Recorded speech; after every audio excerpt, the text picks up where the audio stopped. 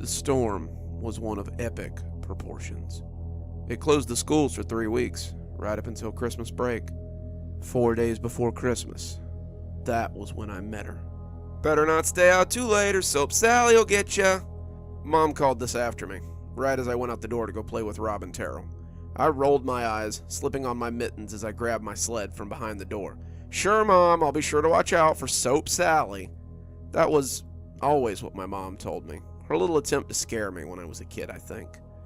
When I was younger, 4 or 5 maybe, Mom would use it to make sure I was inside before the streetlights came on. I remember the first time she ever said it to me, the moment ingrained in my brain forever. I was heading out to play in the sandbox in the front yard, something Dad had spent all day building on his day off, and she had offhandedly told me to make sure I was in before the streetlights came on, or Soap Sally would take me away. I had stopped, little pail and shovel in my hand, and asked her who Soap Sally was. My mother just shrugged and said it was something her mother had always said, and the two of us had used it as our kind of personal joke from then on. "Better get the groceries in before dark," Mom would say. "Soap Sally might get you." "Better hurry up and take the trash out," Mom would say. "I think I hear Soap Sally prowling around." We'd done it for so long, it was just kind of normal. But I wasn't a baby anymore. I was 12, and I knew Soap Sally was just a boogeyman that adults used to scare kids. She was no more real than the Wampus Cat, another of my mother's colorful stories, and I put it out of my mind as I ran to join the others. Terrell had told us that his brother had told him about a big hill near Basker's Pond. "It's so steep that when you come down it, you almost fly," he said. So I trudged through the fresh powder, over the streets that no longer looked like streets at all, and made my way towards the edge of town. My hometown isn't very big, one of those 2 stoplights and a gas station kind of places you always drive through on your way somewhere else. There were maybe 20 kids my age in town, and our whole school could have probably fit in your graduating class. We knew we were living in a podunk town in the Georgia hills, and most of us dreamed about getting out after high school and doing anything but staying here. For some of us, that dream was actually realized. For others, the cemetery was all we had to look forward to. I met Terrell near Basker's Field, a small little picnic area that butted up against Basker's Pond. The pond wasn't huge, but it was a great place to swim and fish in the summertime, and just, kind of enjoy yourself. Today, however, it was a winter wonderland of fresh snow and chilling wind. Terrell was bundled up to the eyebrows in a thick ski jacket, and his snow pants had little rolls in them that made him look a little like the Michelin Man. He too was clutching a battered old sled, and when he spoke, I could see the air puffing from his mouth, even under his hood. "About time. Where's Rob?" That was when we heard a loud yell from up the road, and Rob came running with a banana yellow disc under his arm. He was wearing a matching ski suit and a pair of thick snow boots that seemed to be the only thing he wore that wasn't yellow. His voice cut through the sound of the wind like a foghorn, and I wondered if we were the only people in town not inside right now. It was a little spooky, even in the middle of the day. "Took you long enough," Terrell said. "Are you ready to sled?" "If this hill is half as cool as you say it is, T, then I'm ready to sled till midnight," Rob said excitedly. With that, we set off. We had all seen the hill in question. Overlook Crest was the place to spread your blanket on the 4th of July to watch the fireworks, or to picnic on, or to just sit and watch the boats as they went out there fishing during the warm months. It offered a great view of the water, and as we trudged up it, the hill felt twice as steep as usual. The snow made it slippery, and the 3 of us were laughing and pushing as we reached the top. Terrell won, of course. Terrell was a beefy kid, and he was harder to push down than Rob, who was mostly skin and bones. He set his sled against the snow, and when he slid down, he really did seem to fly. We spent the day on the hill, sledding, snowball fighting, making snowmen, and generally enjoying the day. Blizzards like these were rare, and we'd been having a lot of days like this where we were just free to be kids and enjoy our childhood. Sometimes we linked up with others from school to have snowball fights or play games, but mostly it was just Terrell and Rob, and me of course, enjoying the childhood we had before it was over. We had all expected it to end when we went to high school, the dying place of childish things, and not one of us could have guessed that it might be something childish that ended our innocence. I didn't notice it was getting dark until the streetlights came on and sent a dazzle of diamonds up from the snow. Ah, crap. Mom's gonna be mad if I'm late. "Oh, relax," Rob said. "It's not like we have school tomorrow. As long as you're home before bedtime, why would she care?" Rob's parents were never home. leaving him in the care of his aunts or his grandmother since they worked late. Terrell and I, however, had mothers and fathers who would expect us home when the streetlights came on, and I could see Terrell shuffling nervously too. We were all poised at the top of the hill, preparing to race to the bottom, and when Rob saw our looks, he rolled his eyes and jumped. "Last one to the bottom is a baby," he sing-songed. We all jumped then, putting on a burst of speed as we tried to catch him. As we came down, I began to hear a strange noise, the rumble of something rolling down the street, the jingle of an almost merry bell, and the hum of a gravelly voice. I looked around, trying to find the source of the noise, and that's when I saw her walk under a streetlight. It was an old woman, pushing a wheelbarrow or a small cart. We were heading right for her, and Rob was turned around backwards so he could laugh and mug at us. "Rob, look out!" He turned just in time to smack face first into the cart. We swerved to a stop, Terrell and I running down the hill the rest of the way. We could already see the old lady bending over him to inspect the prone boy, and under the glare of the streetlights, he looked pretty bad. There was a big gash on his forehead, the blood leaving red streaks down his yellow ski suit. Rob was groaning when we approached, and the woman looked up at us, smiling feebly as she rose to her full height. She was as wide as she was tall, and she was nearly 6 feet. She wore a voluminous black dress, her hair caught in a scarf or a kerchief that trapped it against her head. Her hands were liver-spotted, her fingers long and spidery as they sank back into her sleeves. The cart she was pushing seemed to be empty, and I figured she was on her way to pick something up when we bumped into her. There was a bell attached to it, and Rob flopped back against it, making it tinkle merrily. "Dear me, I didn't see you there, son. Are you okay?" she said in her thin, spidery voice. We helped Rob to his feet, but he was shaky and hardly able to stand. I was worried that maybe he had a concussion, maybe even a broken skull, and I wanted to help him get to the house as quickly as I could. Terrell asked the woman if we could borrow her cart, but she said she needed it later and couldn't loan it out. "But I'll help you get back to my cottage so you can call for help. I'll make you something warm to drink while you call your parents and let them know what happened. Put him in the cart now. You can help me push him back to my house." I was hesitant. Mom was always clear on not taking rides from strangers, and certainly not going to their house. But Rob groaned and wobbled then, which made up my mind. Our town was so small after all. We may have never seen this lady before, but there was very little chance that she would want to hurt us, right? No one ever wanted to hurt us, and despite all the lessons about stranger danger, we had never even heard of anyone getting kidnapped. We loaded Rob into the wagon, the bell jingling as he slid in, and pushed it back the way we had come. As it turned out, the woman lived in the woods behind Basker's Park. The tires rumbled over the wood chips that led to her house, and Rob groaned as we jostled him in the cart. We had left our sleds behind, and we moved unburdened towards the dark little cabin at the end of the long road. It looked spooky at night, not a candle or a light inside. "You can push him right in the front door," she gravelled out. As we neared, something screamed at me not to go inside that house, though. Common sense seemed to have reasserted itself, and when I paused on the steps to the front porch, the old woman and Terrell barely noticed. As the door came open, I could smell something like wax melting, a warm, aromatic smell of tallow. There were floral smells as well, and something akin to the cooking of bacon fat. There was another smell, though, something that prickled the hairs on the back of my neck, a coppery smell, a wet smell. And when I took a step back, the old woman seemed to notice that I hadn't come inside. She turned in the doorway, and we made eye contact for a few seconds before she asked why I wasn't coming in. I just remembered that I thought of something, anything, and landed on a flimsy lie.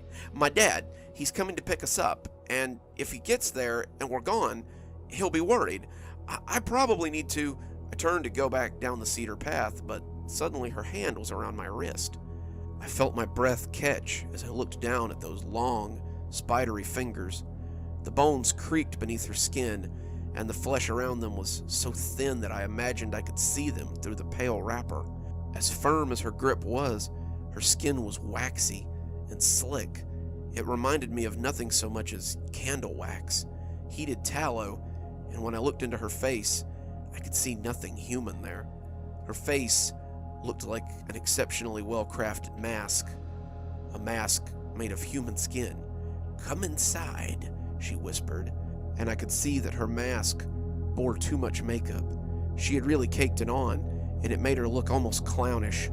Whoever had applied it roughly. Her eyes were like black pits beneath all that dark eyeshadow. I whispered, my tongue now dry as it battered against my chapped lips. I just need to tell my dad Your father can't help you now, she breathed, grinning with her mouth full of gravestone teeth.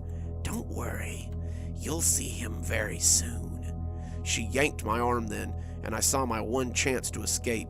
I pulled back hard, nearly toppling her from the porch, my arms slipping out of her greasy grip. I was running flat out as she cawed angrily behind me. I didn't stop running until I reached my house. My mom was waiting for me on the porch, looking angry as I came running up. She asked what I thought I was doing out so late. She asked if I meant to meet Soap Sally, as she always joked about. She asked me if I intended to freeze to death out in the snow. All those questions went unanswered. All her anger disappeared as I wrapped my arms around her and told her that some old lady had taken Terrell and Rob. She called the police, but seemed angry when she hung up. She told me that they must have thought she was someone pulling a prank. They told her that they would get right on that, and the next time Soap Sally came after her to make sure there was less than a foot of snow on the ground. She sent me to bed, but my dreams were full of the old woman and her deep, pitiless eyes. In my dreams, she got me. In my dreams, she cackled as she peeled my skin. I woke up the next day to hear Mom on the phone with Terrell's mom. He came home in a state last night. Said some lady had Terrell, just like I told you last night. Didn't you find anything? I'll ask him once he gets up. If he comes home, let me know, please. She hung up the phone and came to talk to me. The police came by later that day to question me. I guess they were taking the disappearance of 2 children a little more seriously now. I told them exactly what I had told my mom. Rob had hit his head, and the old lady had offered to help us. We put him in the cart and pushed him to her house. I got spooked and tried to run, but she grabbed me. I got free and ran to the house. I told my mom what had happened, and she called the police, but they didn't believe her. It seemed like they were interested in this house now and asked me to take them there. I gave them directions, but I refused to go anywhere near that place. They came back later and told me that the house appeared to have been abandoned for years and asked me if I was sure. I told them I was, and they said all they had found was a bit of dried blood and a black dress that might fit a horse. They didn't believe me, that much was apparent, but they believed me after the soap arrived. I woke up one morning about a week after Rob and Terrell disappeared and walked downstairs to the smell of breakfast. Mom was making flapjacks and bacon, and the smell turned my stomach a little as the familiar odors assaulted my nose. To this day, the smell of hot fat makes me want to puke, and the smell of it always takes me back to that house and that day. Sweetie, could you bring the milk in off the front porch? I looked outside. Snow's 3 feet deep, Mom. I doubt the milkman ran today. Well, I heard someone on the porch a few minutes ago. They left something and didn't knock. See if it's the milk before it freezes, please. Sitting on the mat was a small wicker basket. Sitting on a bed of black cloth were square packages wrapped in wax paper. I felt my breath hitch as I saw the cloth, but tried to shake it off. What didn't remind me of the old woman in the woods these days?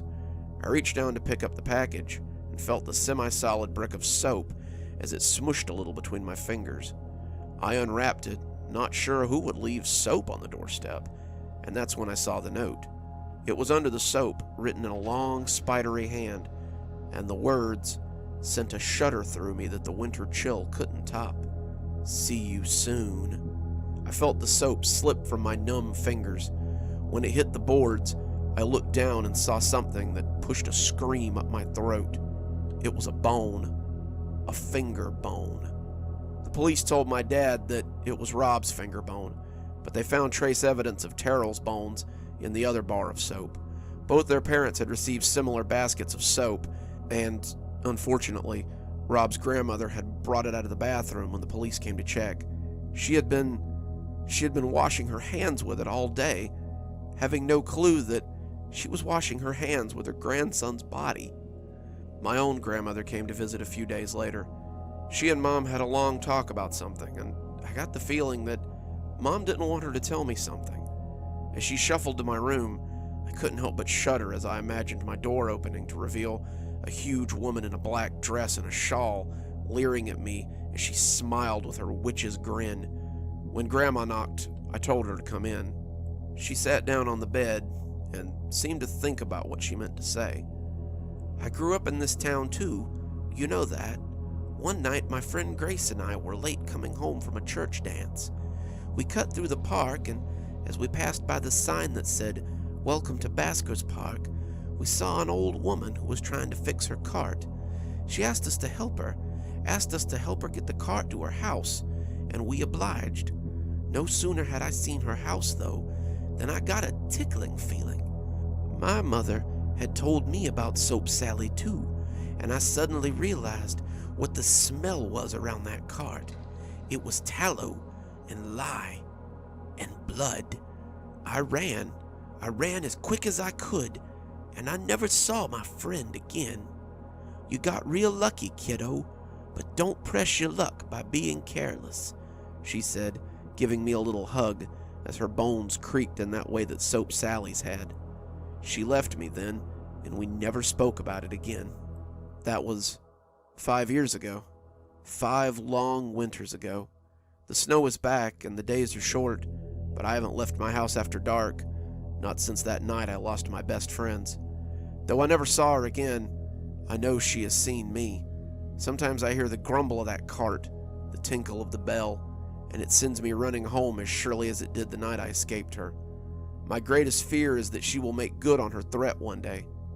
One day, Soap Sally may leave me on my parents' front porch.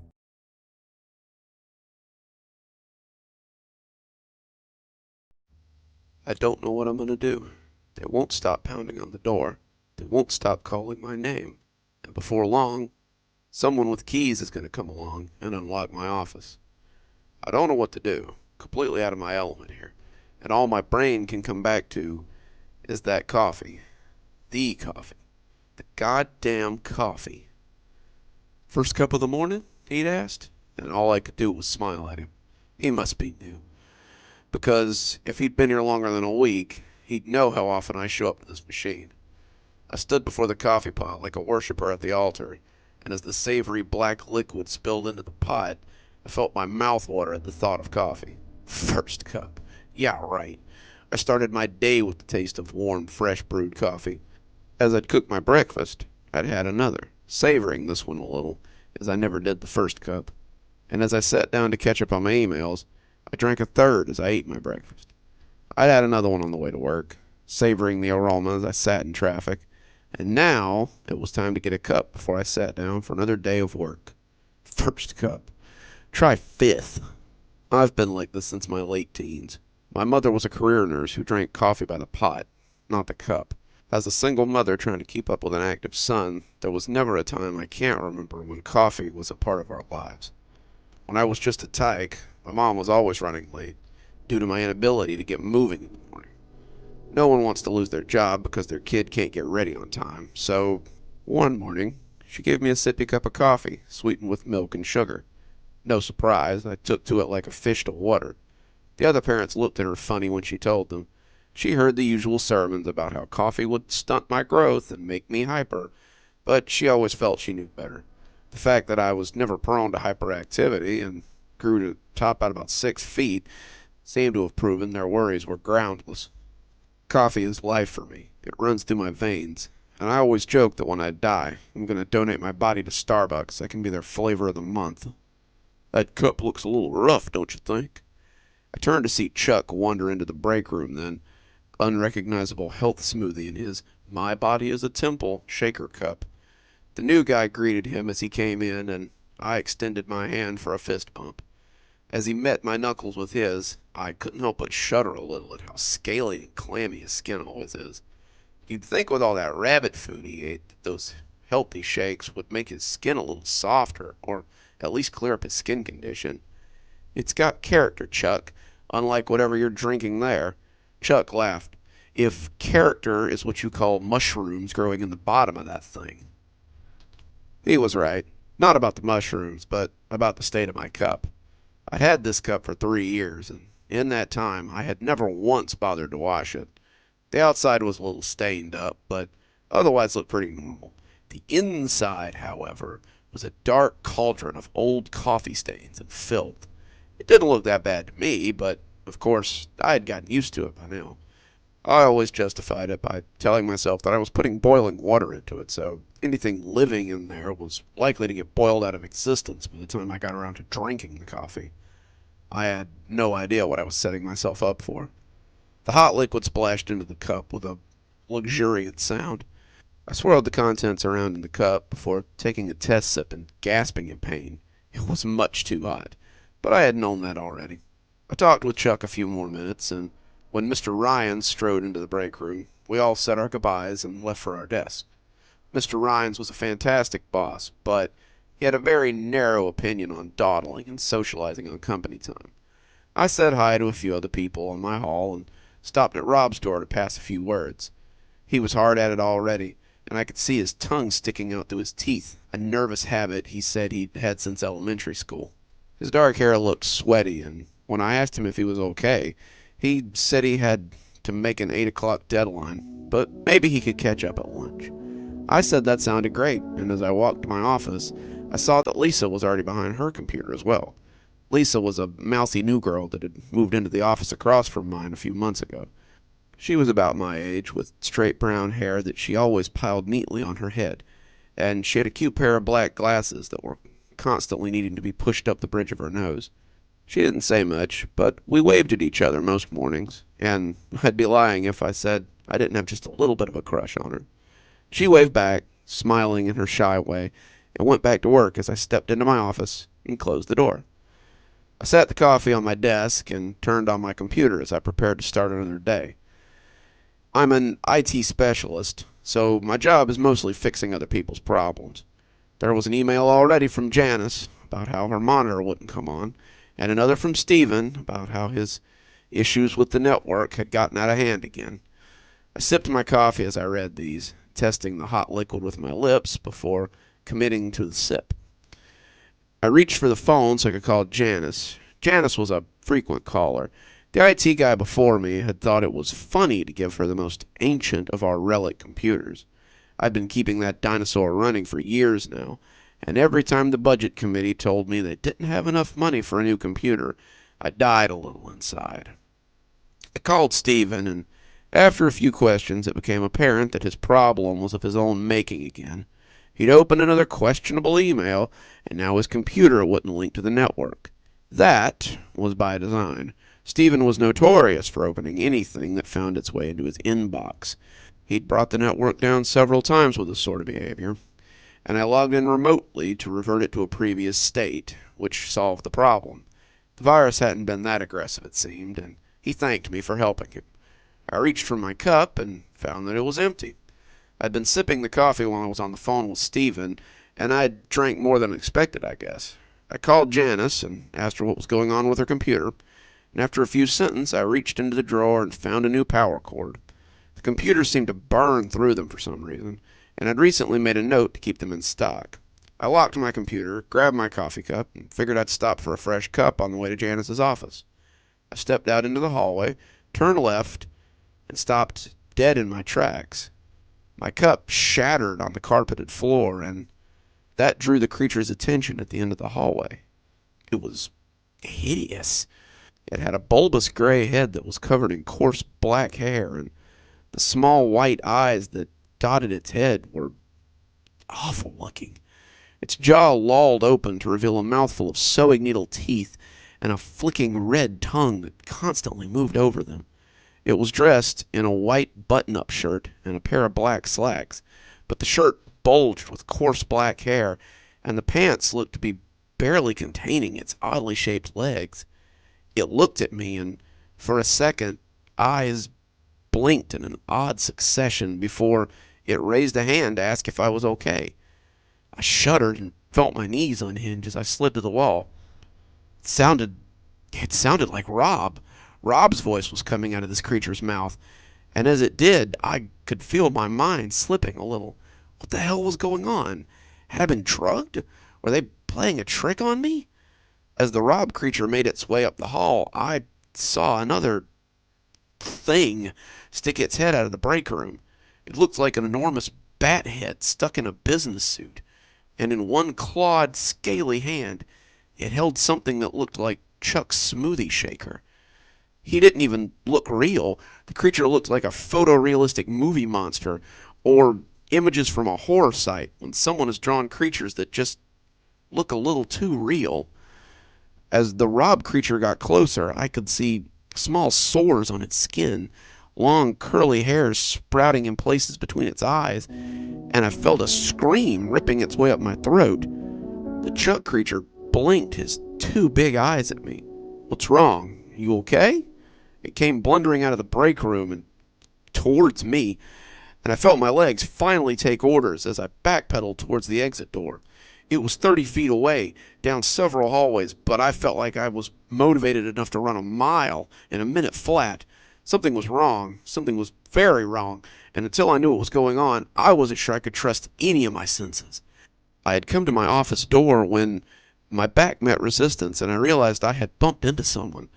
I turned my head woodenly to see what new horror I had blundered into, and I felt a fresh scream rip through me. It was a spider, a giant spider, but with a body on top of its abdomen like some fantasy creature from a video game. Its torso was vaguely feminine, breasts poking from beneath a blue cardigan that hung over its shoulders. Its 8 chitinous legs clicked on the floor as it took a step backwards to assess me. It looked at me with familiarity, and I could see that it had shiny black hair piled on its head above its 8 rotating eyes. 2 eyes seemed to be covered by thin metal glasses, and I blundered towards my door as I realized who it was. The spider thing was Lisa. "Sorry, are you okay? I didn't mean to." I didn't let her finish. I pushed my way into my office and slammed the door behind me. I locked the handle, pushed my chair under it, and cringed against the farthest wall I could get to. What in the hell was going on? Had that been real? What was I seeing out there? That couldn't be my colleagues, could it? They had sounded like them, even sort of acted like them, but the creatures out there had been so nightmarish that I couldn't even process it. All I could do was huddle under my desk, knees pulled up to my chest, and try not to cry as someone knocked on the door. "You okay in there?" It was Chuck. "You scared Lisa half to death, man. I think she's crying in her office right now. Maybe you could come apologize?" I stiffened. Lisa was crying. Had I done that? I couldn't bear the thought that I had made Lisa cry. I had half risen from under my desk when I'd finally gotten hold of myself again. This wasn't real. The monsters were trying to trick me so they could get me out of my office. I sat back down under my desk and squeezed my knees against my chest again. They wouldn't trick me like that. I wasn't going to be fooled so easily. Chuck banged on the door, harder this time, and asked what my problem was. Rob's voice made an appearance as well, and he apologized for startling me. They were worried about me and wanted me to come out so they could sort through this. They were scared for me and wanted to see me. They got angry at how I was acting and started banging louder all the while. I just huddled under my desk, sobbed quietly. I couldn't process what was going on, or why this was happening. And all the avenues seemed to come back to the coffee. Someone had drugged me. Someone was messing with me. Someone had done this to make me freak out. But why? That was when the phone rang. It jangled merrily in the cradle, unaware of the horror show that was just outside the door. I looked up over the edge of my desk like a cartoon mouse peeking out of his hole. I almost expected the phone to grow fangs or sprout eyes, but it didn't. It just continued to be an average black plastic phone. I reached out shakily for it, and as my sweaty hands settled around it, I felt it solidify and had second thoughts about my perception. My desk was still here. My computer still hummed peacefully. If this was a world for monsters, then how could all these things exist? How would a monster type with big clawed hands? How would he sit in a normal chair? How would he pick up the phone? As I picked up the phone, I heard Mr. Ryan's calm voice wash over me. It took me a minute to realize that he was calling my name as I was just sitting there in the calm warmth of my realization. "Hello, sir?" I said, and my voice shook a little. "Are you okay?" His voice was calm and rich, and made me feel like control had been restored. I I don't know, sir. I'm seeing some weird stuff. Have you imbibed any substances today? It's okay if you have. I just want to know how we can help you. I just had a cup of coffee in the break room and coffee at home. I was fine when I got here, sir, and now I don't know what's going on. I'll be there in a few minutes. Just wait. And he hung up before I could tell him about the monsters. I hung up the phone and sat huddled under my desk. He wouldn't be able to get here, not with the monsters out there, and even if he could, would would he be normal? Maybe this was just another trick by the monsters. I sat under my desk, shuddering and waiting for the creatures to break down my door and get me. They had stopped banging and shouting, but I could still hear them scuttling around out there. They were waiting, just waiting for me to drop my guard. Then they'd have me. 4 loud knocks made me jump and hit my head on the desk. It's Mr. Rhines. Open the door, please, so we can talk about this. I slunk from under my desk, looking for all the world like a scared rabbit as I approached the door like I thought it might explode. Are the monsters gone? He didn't answer right away, probably hoping he had misheard me. Monsters? I put my mouth close to the door jamb and whispered, The monsters are out in the hall. No monsters. Why don't you let me in so we can talk about all this and get everything straightened out? Your friends and co-workers are worried about you and are anxious to get this sorted out. My hand shook as I set it on the doorknob. I must have been wrong. Maybe I'd just had a psychotic incident or something. Now everything was back to normal. I had acted like an ass, scared the hell out of everyone. It was time to go face the music, maybe find out what all this was about, and as I wrapped my hand around the knob, I was sure that everything would be back to normal when I opened the door. As the door came open, the worst horror of all was waiting for me. He was a demon.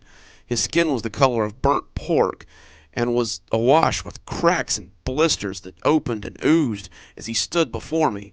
His hands were cruel claws sprouting from the cuffs of his Armani suit, and his wings extended like a miasma behind him. His face was a wide, lolling mouth, eyeless and earless, with a massive set of ram's horns that curled above the door jamb as he hulked in it. When he opened his mouth, I heard the voice of Satan himself, the lilting voice that invited Eve to eat an apple, and I knew that I would never be able to deny him if he spoke. Now, let's see what all this is. I slammed the door in his face, and they've been banging at it for nearly 30 minutes. So here I sit, writing my experience, in the hopes that someone will take something from this before they burst through the door and get me. As I write, though, a sobering feeling has occurred to me. There's a mirror in my desk. As I write this, I can't help but look at the drawer and fight the urge to pull it out. As I sit here panicked, afraid that I have somehow found myself in a world of monsters, I never stop to think that maybe the problem is me. Maybe I've lived inside a delusion my whole life. Something in that odd cup of coffee triggered me to see the world for what it really is. Could it be possible that if I were to take that mirror out and look at myself, I could see my own scales and fangs and slime as well? Could it be that somehow the veil has been pulled away and I'm finally seeing the world for what it really is? I guess the lesson here is this. Maybe a little soap and water is cheaper than the loss of your own sanity. Maybe I should have listened when they told me to clean my damn cup.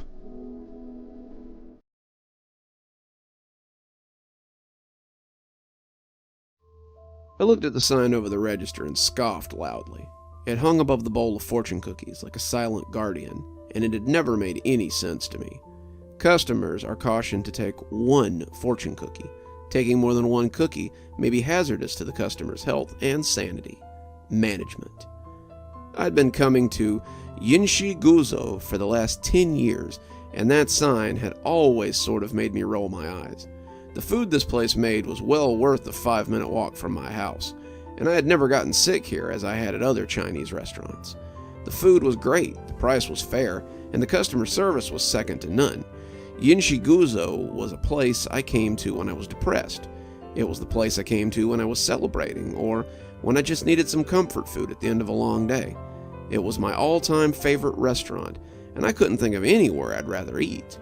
I had actually met my wife here 5 years ago, in fact.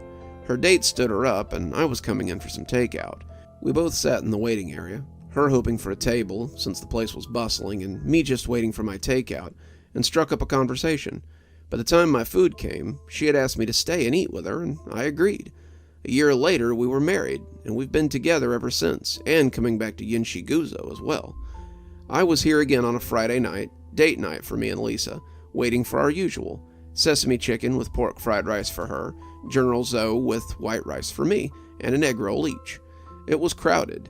Yinshiguzo was always crowded. As I stood before the counter, the sign irked me as I saw it again, probably because the cookies here were my all-time favorite part of the meal. The owner is a world-class pastry chef, as well as a great cook.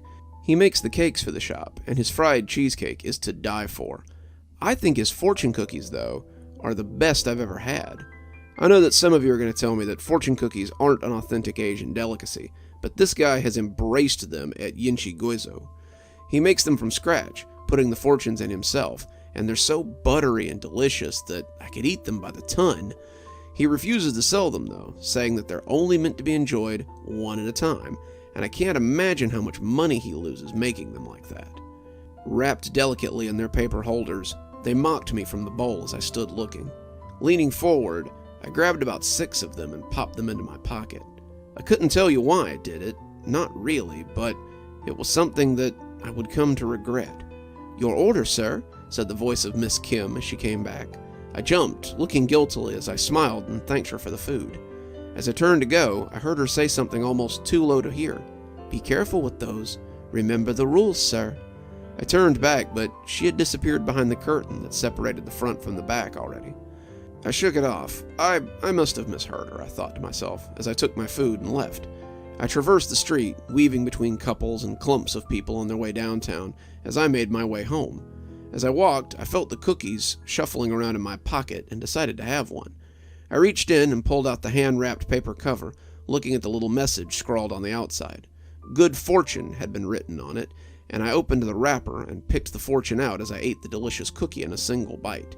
It was still soft and warm, and the cookie tasted fresh from the oven.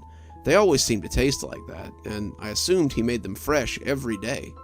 I looked down at the little paper and thought for a moment that it might have been handwritten, too. Did the owner handwrite his fortunes or something? That level of detail really made these all the more special. I smiled as I read the fortune. Even if it was handwritten, it was still kind of generic for a fortune cookie. Tumultuous times are right around the corner. Aren't they always, I said to myself, putting my key into the lock as I stepped inside. 10 minutes later, I had the wine chilling in the sink, the food transferred to plates, and I'd found the perfect movie on Netflix for us to cuddle up and watch together. I had it all arranged and ready for her. As I switched over to regular TV, the movie primed and ready to play, I looked at my watch and tisked. It was already 8:30. She should have been here by now. She had been working late these past few days, and I was beginning to become worried. I reached into my pocket and pulled out another of the delicious little cookies. I stopped before unwrapping this one, reading the handwritten message on the outside before I opened it. 1 per visit. Don't forget the rules. I felt my brow furrow a little. That was weird. What an odd thing to write on the wrapping of a cookie. I shrugged and pulled it out of its wrapper, pulling the fortune out as I ate the cookie. This one was good, but not as good as they usually were. It was buttery, but a little dry. It tasted like a leftover from yesterday's batch. A sports center came on. I looked at the scrap of paper inside and blew air out in a little chuckle. A loved one is thinking of you. Another classic. My phone rang about that time, and I picked it up, looking at the picture displayed on the home screen. Lisa's smiling face decorated the screen, and I smiled to myself as I picked it up. "Hey, honey, you almost here? I got everything ready for date night." Her breathing on the other end was heavy, and it took her a minute to compose herself. "Babe, I need to tell you something. I need you to not interrupt me, okay?" That made me nervous. Lisa sounded panicked, and I didn't like the thought of her driving while she was in that state. I could hear the sound of her engine in the background, and it sounded like she was driving very fast. I looked at the clock and realized it was later than I thought. Traffic could be nuts this time of night, and I wish she would pull over. Are you okay? You sound like you're... Just listen, and don't interrupt, okay? Okay, I said, hoping this would calm her down a little bit. I took out another one of the cookies as she prepared to speak and unwrapped it absent-mindedly, taking the fortune out with a deft hand. I'm pregnant, she said quickly, in a way that made me think she was expecting me to be upset. Quite the contrary. We had been trying to have a baby for years, but couldn't seem to make it stick. We thought we'd finally made it work a few months ago, but she had ended up miscarrying, and it had hit her really hard. She had really fallen into work, staying late and working on her off days, and these date nights had become our only real time to be together. The news that she was having a baby made me ecstatic. I was confused as to why she was so upset. The cookie was dry as I crunched on it. This one was definitely stale. "That's wonderful, dear," I said, through a mouthful of cookie. "I'm so happy you—" "It's not yours," she exclaimed, and the cookie turned to ash in my mouth. I felt it stick in my throat, a dry paste turning to cement, and I hacked it up and spat it on the carpet. It looked a little off as it sat in the congealing mass there, but my mind was not on the cookie. Not mine? How could that be? I've been having an affair for the last 3 months. When we lost Davin, I couldn't get over the depression. Someone at work had been flirting with me for a while, and one night oh God, babe, I don't know what to do." She was crying, and I could already hear it turning jagged and ugly. I wanted to be angry. I tried to be furious, but I couldn't in the face of her sobbing. "Come home. We'll work this out, Lisa. We can..." "Huh?" she huffed out, and I heard a loud pop of static before the line went dead. "Hello? Hello? Lisa, are you there? Hello?" But there was no one. I sat forward, bumping the table and sending the plates I had made spilling onto the ground. I heard the dry snap of the other 2 cookies as they crumbled in my pocket, but I hardly noticed. I tried calling her back, but it went straight to voicemail. I called again and again, becoming more frantic with each phone call until I finally bounced it off the carpet floor in a rage. What the hell was going on? What had happened to Lisa? I felt something papery against my palm, and when I looked up, I saw the fortune was plastered against it. I caught sight of the words, and it quelled my rage with cold fear. "Your joy will quickly become ashes in your mouth."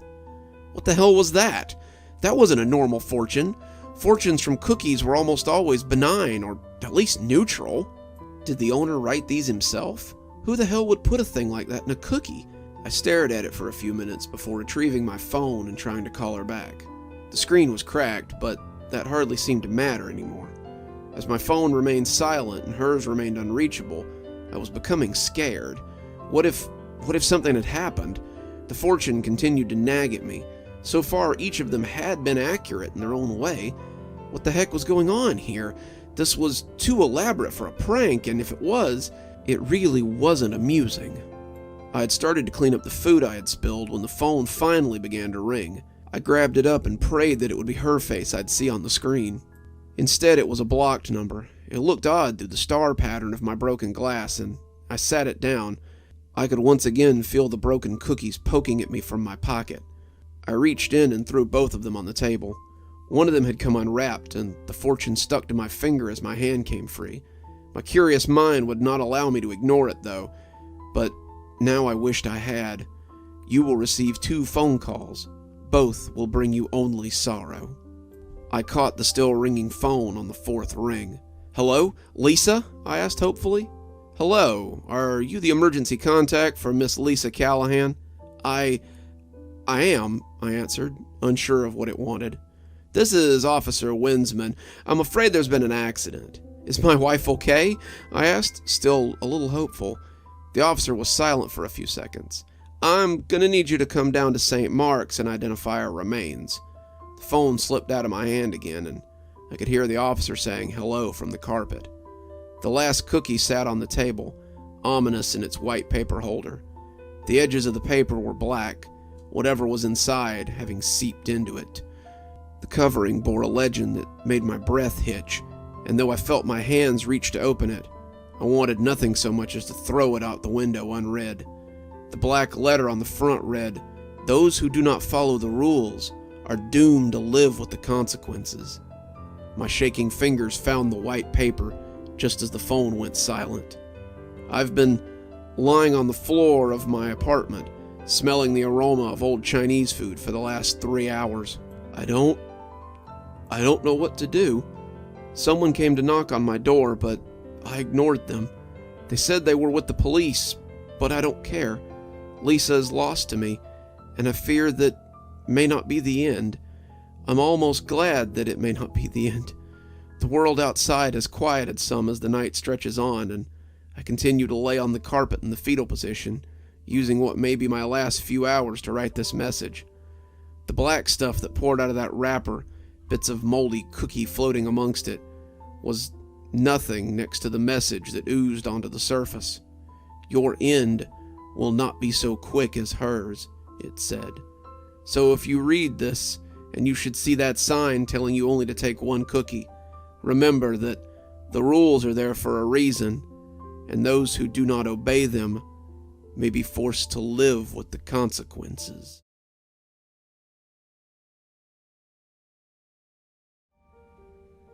When Jameison March, owner of March Mortuaries, put a sign out front of his business saying that he'd be selling honey, people thought he must be joking. What kind of mortician would sell honey? Would he sell it next to the caskets in his showroom? Would he offer it graveside at cemeteries?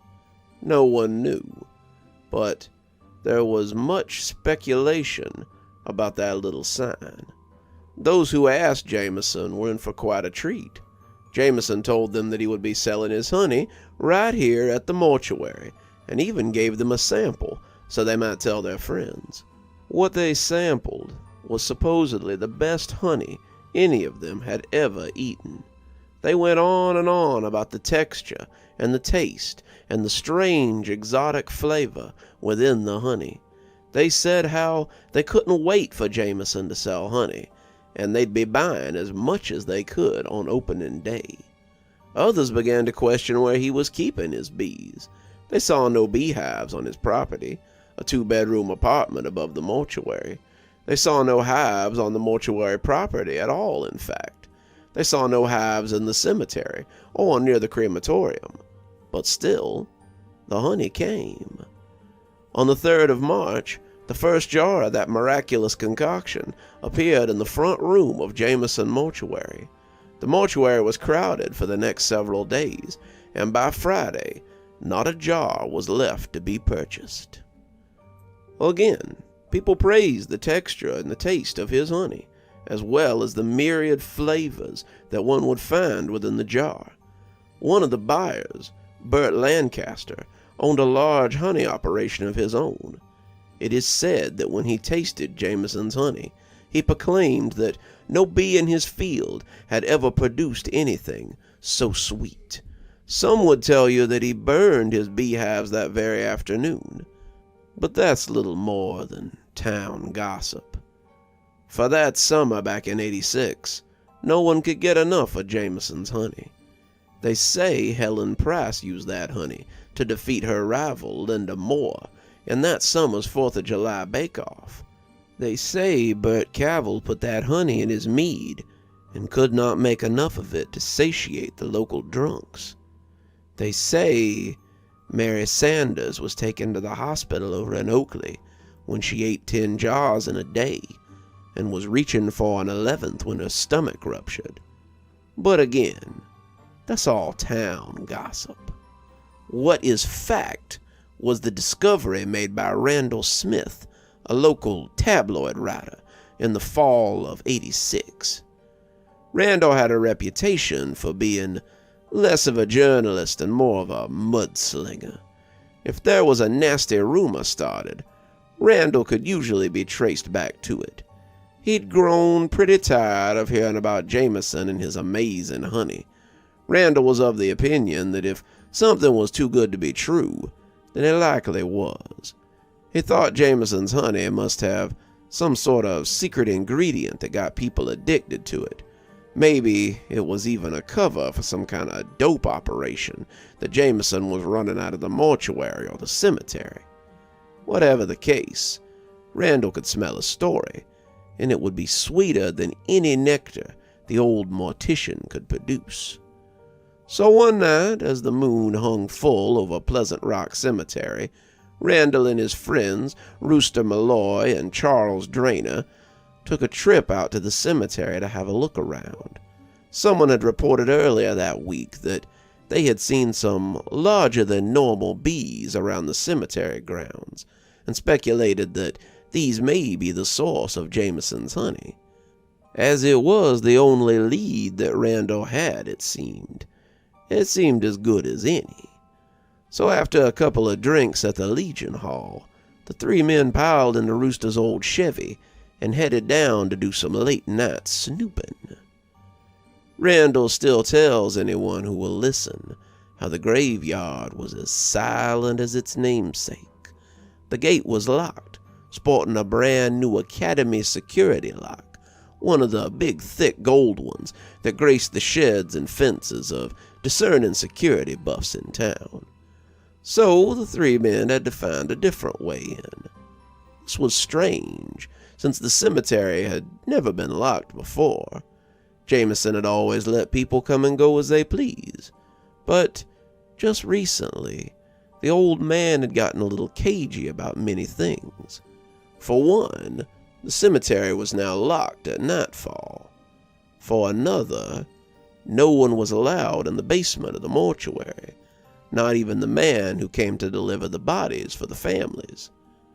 For a third, no one but his two sons were allowed to work in the mortuary anymore, and both of them were under pain of death should they reveal the secrets of Jamison's honey. The three men had walked around the fence before they found a spot where the last windstorm had knocked down a thick old pine. It lay on the points around the top, creating a rude bridge over the wall. Now, none of them being particularly spry, they had all of them carefully shimmied up the fallen tree and then dropped down into the cemetery, careful not to get stuck on them spikes. They all felt a chill as they stood in the quiet boneyard, and Randall claimed that Rooster looked ready to brave the spikes if it meant being out of there. The wind rattled the skeletal trees on the grounds, and the little flags that had been stuck on some of the graves for Labor Day snapped mischievously and startled them more than once. They had brought flashlights, but the big old trader's moon that looked down on them was more than enough to keep them from tripping into a open grave or smashing their shins on an ill-placed tombstone. The quiet cemetery was enough to sober even the bravest of them, and it was probably why they heard the shovels before they saw the men. Crouching behind a particularly large family headstone, Randall saw two men digging into a fresh grave. They were exhuming a body by the light of that pregnant moon, and Randall knew whose it was to boot. We had been to the widow Hadley's funeral that day, and it appeared that whoever these men were, they were taking her from her freshly dug resting place. As they watched, the corpse flopped to the surface most unceremoniously, followed by March's sons, Hannibal and Gavin. Hannibal hefted the body, leaving his younger brother to fill in the hole as he took it deeper into the cemetery. Gavin went to his work, and bent as he was, he didn't notice the three men as they snuck around him and followed his older brother. Hannibal had been a football player, a linebacker for the local school team in his day, and he toted the frail old woman as easily as someone might a sack of corn. As they followed him, the three men weren't sure what they expected to find, but Randall was certain it would be something to add a macabre twinge to the story that he meant to write. They followed Hannibal as he came to a newly built mausoleum, the name across the door reading March. He unlocked the door and unceremoniously tossed the old woman into the crypt. The men hunkered low behind a pair of gravestones, but they needn't have bothered. Hannibal was a big boy, but his night eyes left something to be desired. He no more saw them than he did the place marker that he nearly tripped over on the way back to his brother, and as he stomped off into the cemetery, the three men approached the crypt.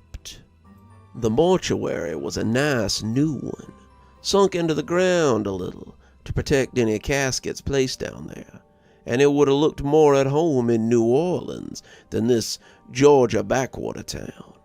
To the knowledge of anyone in town, the Marches did not have a family crypt until very recently. The only March buried there would be Jameson's wife, since his mother and father were buried up in Macon at their own family plot. Hannibal may not have been the smartest March in town, but it appeared he was smart enough to lock up behind himself. Another one of those big, thick academy locks, the kind that had been on the front gate, greeted the three men as they got to the door, and they were forced to prowl around the mausoleum to see what could be found. It was Charles who found the little vent in the mausoleum, but it was Randall who saw the horrors that lay inside. Randall and Rooster had been looking for a window, or perhaps another entrance, when Charles came hoofing it back to show them that he had found a little vent that opened into the crypt. Randall asked him to show him where it was, and the three men found the little opening, just big enough for a large child to fit inside. Charles and Rooster now were pulp wooders, and much too big to squeeze into holes. Randall, however, had made a career of squeezing into places he was not precisely wanted, opting to stick his head in to get a better look. Randall had his friends hold his legs while he shimmied into the vent. Charles and Rooster slid him in as far as they dared, and they said his flashlight could be seen through the slats at the top of the mausoleum. When Randall started screaming and yelling for them to pull him out, it sounded like the devil himself had gotten hold of him. When they pulled him out, they said he was white as a sheet and said to tell the sheriff immediately. Whether the brothers had gone when they made their escape or not, they missed them entirely as they beat a retreat back to town. Now the sheriff took some convincing to get out of bed, but when Randall told him what they had seen down the crypt, he came with 3 other men and the biggest set of bolt cutters they could find at the station. Jameson's sons were leaving when the sheriff and his boys pulled up, so they didn't end up needing the bolt cutters after all. When he laid it out to the 2 young men that they could either cooperate or sit in the same prison cell with their father, the one he was surely to occupy, they decided it might be in their best interest to show him what they was doing. When the sheriff asked the boys if they would need suits, the 2 shook their heads. Bees are mostly docile, Hannibal told them, and sure enough, when they cracked the door open, not a one came charging out. They descended into the ground, and by the light of the sheriff's flashlight, they saw the horrors below. The bees swarmed the small pile of corpses, taking whatever they used to make the honey back to their hives. The hives covered the walls of the crypt, making a sticky webwork of catacombs. The corpses down below were fresh, most of them having died very recently, and the bees were taken to them with gusto. The brothers said they came down here once or twice a week to harvest the honey, and that the vulture bees were taken to the warm Georgia summer quite nicely. When the sheriff interrogated them, both said that it had been their father's idea. He had read about vulture bees and thought they sounded like an interesting idea. Then, when their mother died, he'd done a little experiment. He'd put her down in the mortuary and procured some vulture bees of his own. The boys had been horrified when he'd showed them what he'd been up to, but Even they had to admit the honey had been the sweetest they had ever eaten. Something about the readily available nature of the local pollen, mixed with the bees' instincts to collect whatever they got from the corpses, had made for a potent and delicious treat. She was the catalyst for all this, Hannibal had said. Those first few jars he handed out to the people for tasting were honey made from our mother's body. He began to cry then, but the sheriff had all the evidence he needed to proceed. He arrested Jameison March that very night, but there seemed to be some confusion on what to charge him with. Couldn't really get him for murder because he hadn't killed anybody. Couldn't really get him for fraud because he buried them bodies just like he said he would. In the end, they got him on simple corpse desecration and a little misdemeanor fraud for not telling the families what he intended to do with them their bodies. He got less than 5 years in prison. I hear the warden let him keep the beehives in the prison garden. Seems like his talents didn't go to waste, not even behind bars. He left town when his time was served, he and his boys. The funeral home's been empty ever since. The police found the beginnings of his beekeeping operation in the basement. That, and a secondary hive with a swarm of agitated vulture bees. Jameison tried to sell the mortuary, but nobody seemed to want a place with that sort of reputation. It collapsed under a late February snow back in 2012, and they destroyed the mausoleum they found all them bodies in about a year after Jameison went to prison. And that's the sordid tale of Jameison March and his bees. I have no idea what they did with those bees after they turned them out of the March mausoleum. They likely just turned them loose into an environment that was alien to them. So, if you should be traveling through the Georgia back roads and see some larger-than-average bees or taste sweeter-than-average honey, be very suspicious about its origin.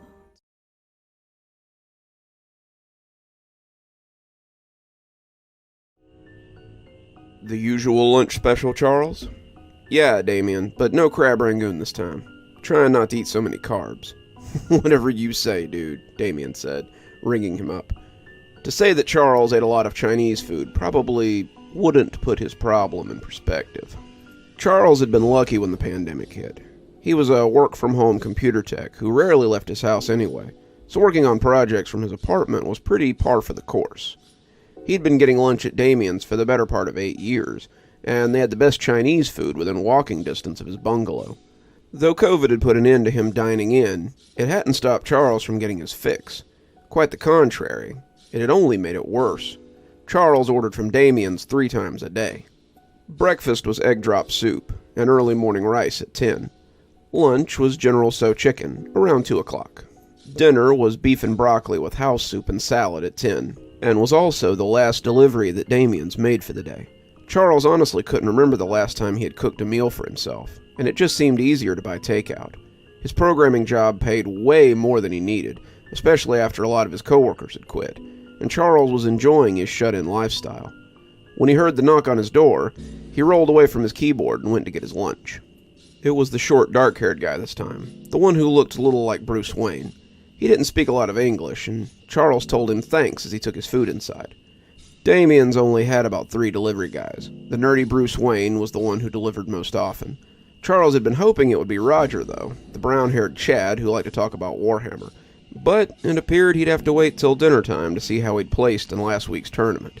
As a shut-in, Charles often had to live vicariously through those who braved the outside world. As Charles looked through the bag, ensuring everything was in there, he smiled as he saw his favorite part of the meal towards the bottom. It was silly, but Charles found that he really looked forward to those buttery yellow little cookies with the fortunes inside. He knew they were far from authentic cuisine, but he liked the cookies ever since he was a kid. Charles had about 100 of the fortunes pinned up on a corkboard, and sometimes he liked to read them and think about their meanings on days he'd gotten them. Had he found someone new when he got that fortune? Had he found untold fortune on that particular day? Looking at them so often was probably why he had noticed the phone number. Want more cookies? Call 1-800-555-2665. He had never really thought about it before. It was probably the number for the restaurant to resupply their fortune cookies. The fact that it appeared on the fortunes, something that were inside the cookies, was a little strange. How would the restaurant get the number if they handed out the cookies? It didn't really make sense for the people eating the cookies to need more cookies. And as Charles sat the food on his desk, he opened the cookie and fished out the fortune as he munched on the little cookie shell. Today, you will make a hasty decision that will change your life. Damn, Charles thought, that one was different. It seemed benign on the surface. Everyone made decisions that changed their life, didn't they? The message wasn't the weird part, though. It was the sinister undertones that Charles couldn't quite shake. Not just any decision, but a hasty one. He ate the other half of the cookie before adding this one to the corkboard, looking at the phone number that sat under the lucky numbers. Want more cookies? Call 1-800-555-2665. Charles grinned, turning back to his desk as he opened the rest of his food and began to eat. Who wouldn't want more cookies? Charles worked well into the night. By 11, he had fixed the problem in the code his boss had sent him. One of the other coders had been a little sloppy in the parameters, and as a result had caused the program to crash as often as it returned anything usable. Charles had fixed it, emailing his boss about 10, and had started bumming around on Reddit as he thought about what to do with the rest of his evening. He wasn't ready to turn in yet, but he wasn't really interested in any of the games he had in his Steam library. He was just kind of wasting time as he scrolled through Reddit when he came to a weird post about strange phone numbers. The poster was talking about how he had called a number he'd found and how the guitar instructor had turned out to be a real creep. They claimed he had later seen the man on America's Most Wanted, but Charles thought the last bit sounded like bullshit. The comments mostly agreed, but some of them had talked about other weird numbers they had called. Massage parlors that had turned out to be brothels, contractors that had later robbed the house they had renovated, weird number stations that called back when you hung up, everything in between. The more he read, the more Charles thought about the number on the fortune cookie. It couldn't hurt to call. Maybe it would even give him a cool story to tell to strangers on the internet. He walked over to the board, cell phone clutched in hand, as he read that old familiar legend again. Want more cookies? Call 1-800-555-2665. Charles dialed the number in that stilted way that people do when they dial a new number. He had to go back and try it again after putting the number in wrong the first time, and when it started ringing, Charles assumed that a machine would get it.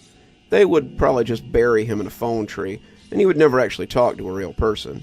Either that, or the number would ring twice and then tell him it had been disconnected. They had probably had these cookies out for a while, and the number would have changed or been liquidated altogether. The third ring had barely started when a bored-sounding woman picked up the phone. Hello? Charles blinked, and the woman had said hello once more before he finally shook it off and answered her. Yeah, I was calling about the cookies. Wonderful, we'll send them right out. Don't you need my address or my... No, sir, it's all taken care of. Thank you for your call. Then she hung up, and Charles was left staring out into space. Well, that had been weird, he thought. He figured it might be time to get ready for bed. The phone call had weirded him out, and he had another long day tomorrow. As he snugged down under his covers, he couldn't help but glance over at the fortunes on the corkboard. He wondered how long it would take them to send the cookies to his house. Would they send them all at once, or would this be a situation where they sent a few at a time? He fell asleep dreaming of the buttery little fortune cookies, and when he woke up, he decided that he must still be dreaming. His hands wrapped around the plastic film of a single fortune cookie, and as he opened it, he could smell the flaky aroma of the pastry inside. When he broke it open and felt the crumbs fall onto his chest, he opened his eyes and realized that it was no dream. The fortune cookie was tucked under his pillow, as if the tooth fairy had left him a buttery treat instead of a quarter. Charles looked at the fortune as he ate and was surprised to find not a fortune, but a thank you note. Thank you for your business. That was when he remembered the phone call from the night before. It was weird, but he couldn't see how the two could be connected. He must have just imagined eating the fortune cookie last night. Charles had no idea how it had gotten in his bed, but it was a nice surprise, nonetheless. He put in a call to Damien's, and when he sat down on the couch, the phone ringing as someone no doubt ran to grab it, he heard the crinkle of cellophane from under the couch cushions. Reaching under the cushion, Charles found another wrapped cookie, this one slightly broken from being sat on. "Hello? Charles, you ordering?" Damien's voice brought Charles back to reality, and he munched on the cookie as he placed his morning order. He was soon eating his breakfast, the cookie out of his mind, but he would think back on that day and decide that that had been the first appearance of the strange cookies. The next day, Charles found 12 individually wrapped cookies. They were all scattered around the apartment. They were tossed haphazardly around, some under the couch, some as far as the kitchenette. Charles couldn't exactly put them off as something he'd forgotten or misplaced. How had they gotten so spread across the living room? Then his eyes fell on a small takeout bag in the trash, and he felt like he knew the answer. Roger had delivered his food this morning, and he remembered telling him about the number he'd called to get more cookies. Roger had said it sounded a little spooky, and told him to let him know when the cookies arrived. Charles had gone to get his wallet so he could pay him, leaving Roger at the door. That must have been when he'd tossed the cookies into his house, probably thinking he was being funny. Charles nodded as he collected up the cookies, the explanation reassuring him until he remembered that it was almost time for dinner. Roger had delivered his food around 11, so how did Charles not notice the cookies for 8 hours? He put it out of his mind as he picked up the phone so he could order his dinner. The next day, Charles found 20 of the cookies scattered around his house again. Not all at once, of course. Charles had sat down to eat his breakfast when he found the first one under the couch. Then he stumbled across the line of 10 or 12 cookies stretched over the couch and to the far side of the kitchenette. They looked tossed haphazardly, and he gritted his teeth as he imagined Roger smirking as he covertly threw a handful of cookies into the apartment. He picked up one of the cookies, preparing to call Damien's and tell Roger how he'd gotten him good, when he remembered that Roger hadn't delivered his meal this morning. Roger wouldn't be there till noon today, and the other guy hadn't even known about the number. But if it wasn't Roger, then who else could it be? He tried to put it out of his mind, but when he found 4 more in the bathroom sink and 3 more in his bedroom, it was harder to overlook. He found more in the bathtub, but by then, any thought that it might be a joke was over. None of the delivery guys could have gotten this far into his apartment. He was more confused than scared, but Charles really wanted some answers. When he called to place his lunch order, he was surprised to find Damien answering the phone again. Surprised, but not unhappy. "The usual?" Damien asked, and Charles could already hear his pencil scratching. "Yeah, but I got a question." "We don't do discounts for frequent customers," Damien joked, but he must have heard something he didn't like in Charles's voice. "No, nothing like that. I was wondering about where you get your fortune cookies from." "My uncle orders them. Why do you ask?" "Well, I've recently started finding them around my house. It was just a few yesterday, but they were all over the house today. I found 20 of them so far, and the fact that no one's been in my house since right after COVID started is a little..." But Damien cut him off. The usual good-natured ribbing was gone. Charles believed that this was the most serious he'd ever heard Damien. "You called the numbers on the cookies, didn't you?" Charles' mouth went dry as he heard Damien get to the point. "Yeah, but I haven't gotten any cookies delivered. They just keep appearing in my house. I don't understand how this is happening, but I want to know how they're getting in." He was silent for a few seconds, and Charles thought he had hung up. When he spoke, Charles suddenly wished he had. "You can't stop it. There's no taking it back once the deal is made." He hung up on Charles then, and they refused to take his calls. Charles was on his own, it seemed. On the 3rd day, Charles found his couch covered in cookies, and he estimated there were about 50 in all. That was when Charles called the police. They came out and checked the house, but they couldn't find any sign of entry. Charles showed them the cookies, telling them how they had just appeared in the middle of the night, but he could tell they didn't believe him. They thought he was playing a joke, one at their expense, too, and they clearly didn't appreciate it. They told him they would look into it and to call back if it happened again, but Charles figured they would be another group that would ignore his phone calls. He tried to call Damien again, but no one picked up. He locked all the doors before bed, ensuring every window was secured, and checked every point of entry.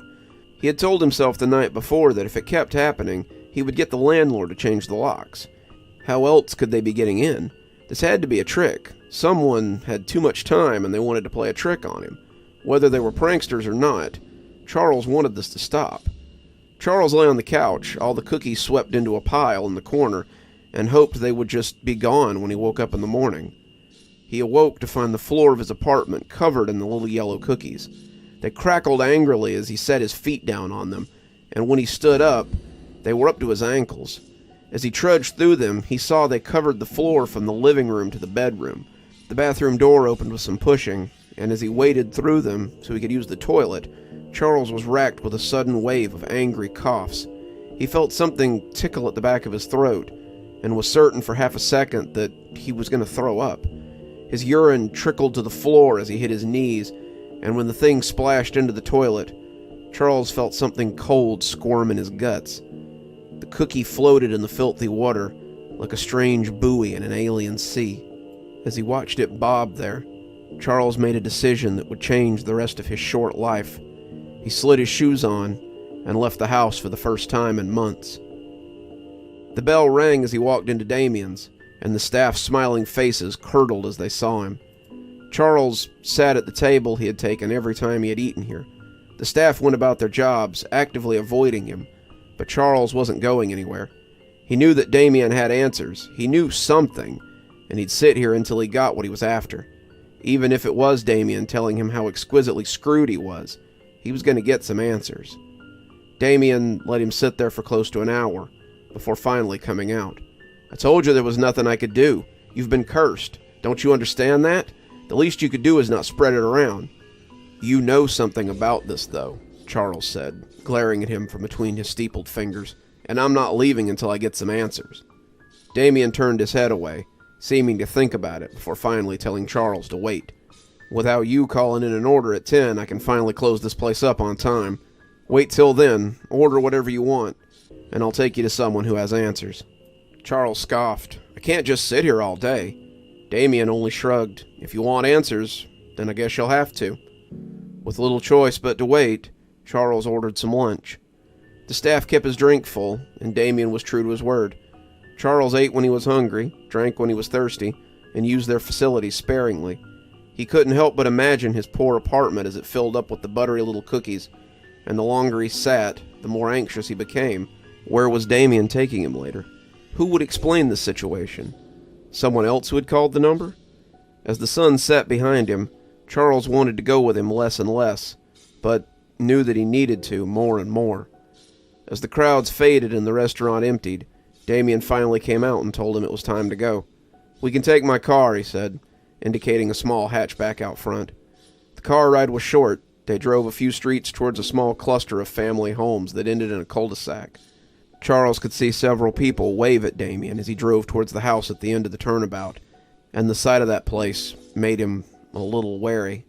Where the others had well-maintained lawns and houses that looked well-kept, this house they stopped in front of looked old and ready to fall down. The grass was mostly sand, patchy and limp, and the front porch was covered in boxes that looked ready to be shipped. The place looked abandoned, like a hoarder's house, but Charles could see people coming and going through the front door, most of them carrying boxes like the one on the porch. Damien killed the engine and looked at Charles. "You sure you want to know? It won't change your fate." Charles nodded, unable to damn himself with his words, and Damien climbed out and set off towards the house. Charles followed meekly enough after, but it wasn't until he got to the porch that he realized what those boxes were. He didn't need to read the foreign characters to know what was inside. The open box contained a bunch of familiar yellow cookies that Charles had come to hate. Whoever owned this house was packaging the fortune cookies in boxes. When Damien opened the door, a cascade of wrapped fortune cookies slithered onto the porch. "It's even worse than usual," Damien mumbled, wading into the sea of cookies as he beckoned Charles forward. The inside was even worse. The house was full of boxes, and the pair had to wade through the hip-deep sea of fortune cookies. Charles could see others wading through them, shoving them into boxes as they took them out. Charles could see a kitchen and a den as they waded through the house, and Damien seemed to be leading him towards the back. As they made their way down a hallway towards the back bedroom, the cookies got thicker and thicker. Damien knocked on the door, calling out a name Charles didn't understand. "Uncle?" Damien asked, a strange gurgling coming from inside. "Uncle, I got a guest who wants to meet you. May we come in?" There was another gurgling response, and Damien invited Charles inside. Charles was surprised to find not a room full of cookies, but a neat and tidy bedroom. Inside was an elderly man in striped pajamas, his dark hair plastered against his skull, and his unreadable eyes floating dully in his wrinkled face. His sallow skin clung to his bones like a bleached corpse, and if he hadn't turned to acknowledge Damien, Charles would have thought he was dead. "Good to see you again, Uncle," Damien greeted him. "This is my uncle, Dallin. He once owned the restaurant that I own now, but he made a miscalculation. He was trying to cut costs, and when he saw that he could get more cookies by calling the number, he gave it a try. At first it was wonderful. Dallin had enough cookies to stock the store for months, and he was glad for the windfall. Soon, the cookies started taking over his house, though.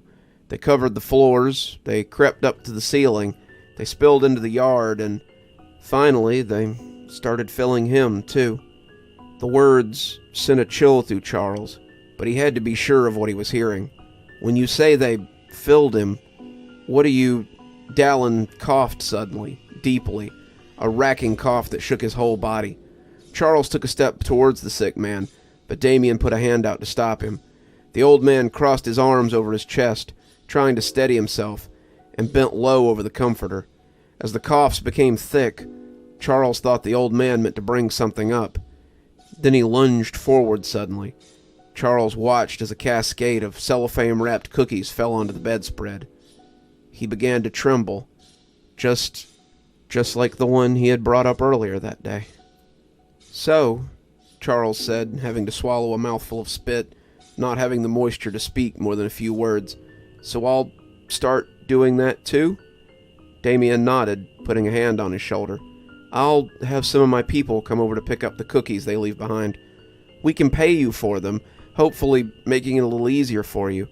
Eventually we can bring you here. You can live in comfort for however long you have left, but eventually you'll be no different than my uncle here." Charles stood for a minute, unable to come to terms with what he was seeing. He wanted to deny what Damien had said. He wanted to tell him how it just couldn't be real. But then his body was consumed with vicious coughs, as if to prove how real it was. A single cookie pattered to the floor at his feet, and Charles realized it was already too late.